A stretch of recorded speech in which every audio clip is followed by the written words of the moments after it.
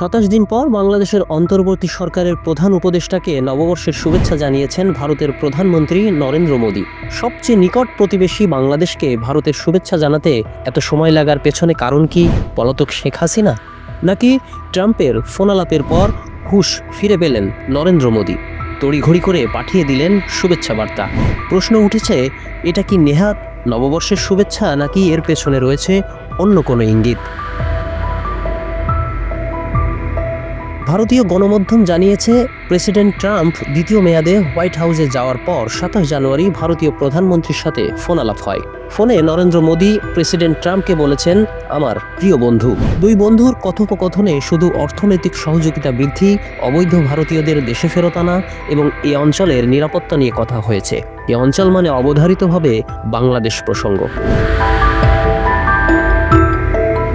এদিকে ২৩ জানুয়ারি রয়টার্সের সাথে সাক্ষাৎকারে প্রধান উপদেষ্টা ডক্টর মোহাম্মদ ইউনূস বলেছেন, নয়াদিল্লির সাথে টানাপোড়েনের সম্পর্ক ব্যক্তিগতভাবে অনেক কষ্ট দেয়।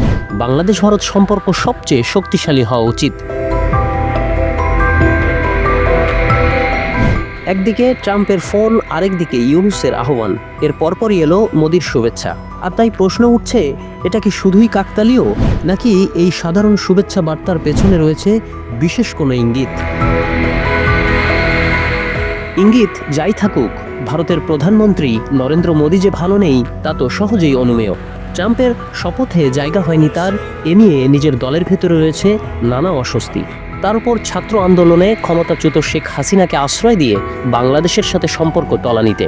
সোনার ডিম পাড়া হাঁস বাংলাদেশের সাথে সম্পর্ক খারাপ করে ভারতের অর্থনীতি এখন তলানিতে।